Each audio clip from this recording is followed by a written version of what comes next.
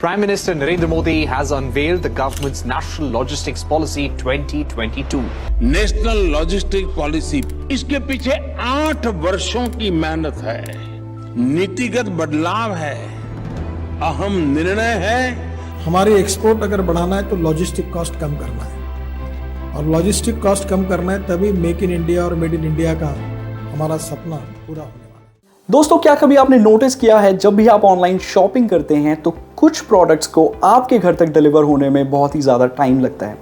या अगर मैं दूसरे एग्जाम्पल से आपको समझाऊं, हमारे देश में अलग अलग हिस्सों में बहुत सारी वेजिटेबल्स या फ्रूट्स उगाए जाते हैं, लेकिन वो देश के हर हिस्से में या तो अवेलेबल नहीं होते हैं या बहुत ही महंगे अवेलेबल होते हैं। फॉर एग्जाम्पल, कोकोनट साउथ में बहुत ही ईजिली अवेलेबल है, सस्ता भी है, लेकिन दिल्ली आते आते एक कोकोनट आपको लगभग 60 रुपए का मिलता है। और देश के अंदर एक प्रॉब्लम है, और वो प्रॉब्लम है लॉजिस्टिक्स की।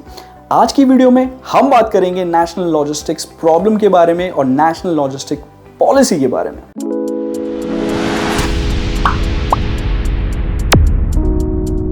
हेलो लायन फैमिली, मेरा नाम है अभिनव और स्वागत है आप सभी का हमारी आज की वीडियो में।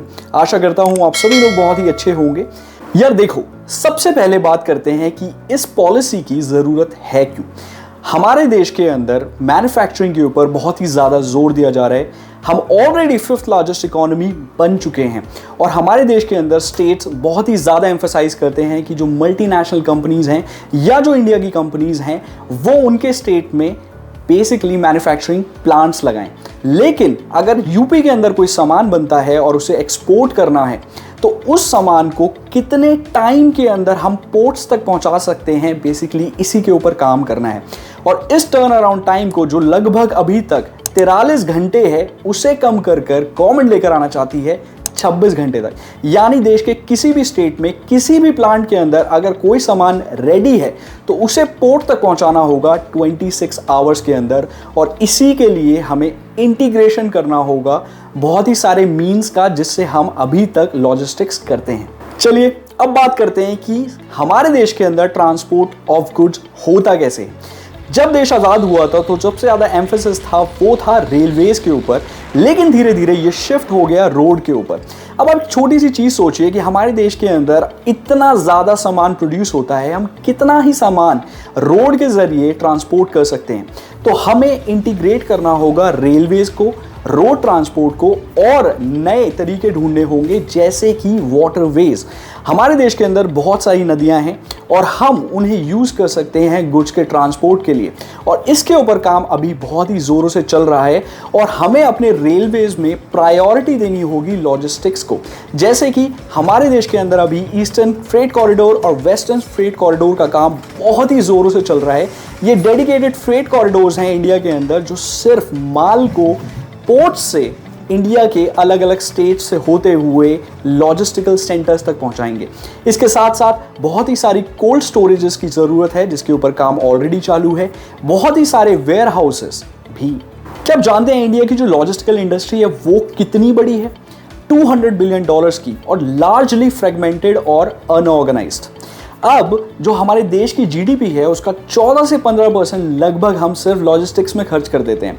अगर हम इसे कंपेयर करें डेवलप्ड नेशंस के साथ तो उनका है लगभग 7 से 8%। इसीलिए जो गवर्नमेंट है वो इस कॉस्ट को 7 से 8% तक लेकर आना चाहती है।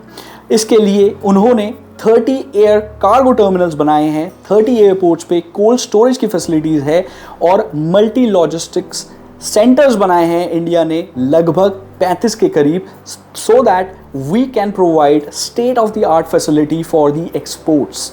अगर आप इस वीडियो को अब यहाँ तक देख चुके हैं तो प्लीज़ इस चैनल को सब्सक्राइब कर लीजिए। हमें बहुत मोटिवेशन मिलती है जब आप हमारी वीडियोस को लाइक करते हैं, सब्सक्राइब करते हैं हमारे चैनल को, और शेयर करते हैं अपनी फ्रेंड्स एंड फैमिली के साथ। अब आगे बढ़ते हैं। हमारा देश, जैसे कि आप जानते हैं, एग्रीकल्चरल बेस्ड इकोनॉमी है काफ़ी हद तक, और हमारे यहाँ पे बहुत ही ज़्यादा मात्रा में एग्रीकल्चरल प्रोडक्ट्स प्रोड्यूस होते हैं। क्या आप जानते हैं 16% of total agricultural produce which we have every year gets wasted because they are perishable in nature. खराब हो जाता है सब, लेकिन गवर्नमेंट इस चीज़ को 5% से कम रखना चाहती है, ताकि जो हमारे एग्रीकल्चरल प्रोडक्ट्स हैं जिसे हम एक्सपोर्ट करते हैं दूसरी कंट्रीज़ में, उस एक्सपोर्ट को भी डायरेक्टली बढ़ाया जा सके। अब दोस्तों ये तो हो गई बात कि हमें क्या करने की ज़रूरत है और क्या क्या प्रॉब्लम्स हैं। अब मैं बताता हूँ कि जो नेशनल लॉजिस्टिक्स पॉलिसी है इसके अंदर होने क्या वाला है। इसके अंदर बेसिकली टेक्नोलॉजी को यूज़ किया जाएगा, जैसे कि आर्टिफिशियल इंटेलिजेंस और ब्लॉकचेन, और कुछ डेटा सेंटर्स बनाए जाएंगे जहां पर जितने भी प्रोवाइडर्स हैं बेसिकली लॉजिस्टिक्स के इंडिया के अंदर, उन्हें एक सिंगल विंडो पोर्टल क्रिएट करके दिया जाएगा जहां पे वो सब रजिस्टर्ड होंगे। इससे क्या होगा, इससे ट्रांसपेरेंसी होगी। और वो प्रोवाइडर्स कौन से हैं, जैसे कि warehousing providers, shipping experts, क्योंकि शिपिंग जो है वो बहुत बड़ा बेसिकली जरिया है हमारे देश के अंदर एक्सपोर्ट का, और इसके अलावा जो कस्टम ब्रोकर्स हैं और जो गवर्नमेंट की एजेंसीज हैं उन सबको यूनिफाई किया जाएगा। और क्या आप जानते हैं इसके लिए इंडिया की ऑलमोस्ट 4 मिनिस्ट्रीज इन्वॉल्व हैं। वो 4 मिनिस्ट्रीज हैं road and highways, shipping ministry, railways and civil aviation. Basically ये न्यू पॉलिसी इन सब को इंटीग्रेट करेगी, लॉजिस्टिक्स को आसान करेगी, ट्रांसपेरेंट बनाएगी, इसके साथ साथ इसको आसान बनाएगी। चाहे हमारे देश के अंदर कुछ भी बने या हम इंपोर्ट करें, 26 घंटे, ये है टॉकिंग पॉइंट। 26 घंटे के अंदर या तो वो पोर्ट पर अवेलेबल हो जाएगा हमारे देश से, या पोर्ट से प्लांट्स तक या आपके घरों तक पहुंच जाएगा। और इसी के लिए इंडिया इतना काम कर रहा है। दोस्तों ये कुछ इंपॉर्टेंट स्टेप्स हैं जो हमारी गवर्नमेंट ले रही है ताकि हम जर्मनी और जापान जैसी कंट्रीज को पीछे छोड़कर 2030 तक बन सके 3rd लार्जेस्ट इकोनॉमी। और सबसे इंपॉर्टेंट बात, हम जैसे कंज्यूमर्स के लिए, हम जब भी कोई चीज़ ऑनलाइन ऑर्डर करें या कोई भी चीज़ जो हमारे देश के किसी और कोने में बनाई जाती है, जैसे कि एग्रीकल्चरल प्रोडक्ट्स, वो हमारी प्लेट तक आसानी से पहुंच सके अफोर्डेबल प्राइसेस में। और आशा करता हूं आपको आज की हमारी वीडियो जरूर अच्छी लगी होगी। लगी हो तो please give us a big thumbs up, और मैं मिलूंगा आपसे नेक्स्ट वीडियो में। Until then take very good care of yourself. This is Abhinav Sharma signing off. Fearless.